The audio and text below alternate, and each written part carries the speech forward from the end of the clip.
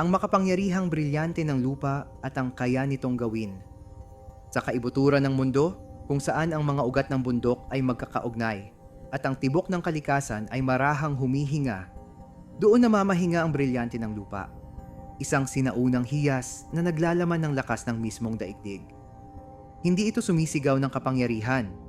Ito'y tahimik, mabigat, at matatag. Ngunit kapag ginising, gumigising din ang buong mundo. Sa sandaling piliin ng brilyante ng lupa ang kanyang tagapagdala, nagiging buhay ang lupa sa kanyang mga paa. Ang bato'y gumagalaw sa isang kumpas ng palad, ang buhangin ay umaakyat na tila alon, at ang bundok ay sumusunod sa utos na parang isang higanting bantay. Sa isang iglap, maaaring umangat ang mga pader ng bato, sumibol ang matatayog na haligi, o yumanig ang lupa sa lakas ng lindol. Paalala na ang mundo mismo ay may sariling galit. Ngunit hindi lamang pagkawasak ang tanga ng brilyante. Sa ilalim ng kanyang kapangyarihan, ang lupa ay muling nagiging duyan ng buhay. Ang mga punong tuyot ay muling nagsusulputan ng dahon. Ang mga halamang nalanta ay bumabangon.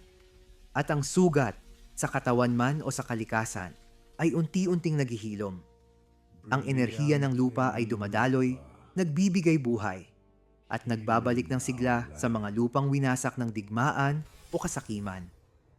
Kapag dumating ang panganib, ang brilyante ng lupa ang nagiging kalasag. Ang balat ng tagapagdala ay nababalutan ng batong halos hindi mabasag, at ang mga panangga ng lupa ay sumisipsip ng hampas ng kaaway. Sa sandaling iyon, ang katawan ay nagiging kasing tibay ng brilyante. Isang muog na hindi basta-basta mapapabagsak. Kasabay ng tibay ay ang lakas. Ang tagapagdala ng brilyante ng lupa ay pinagkakalooban ng higanting puwersa.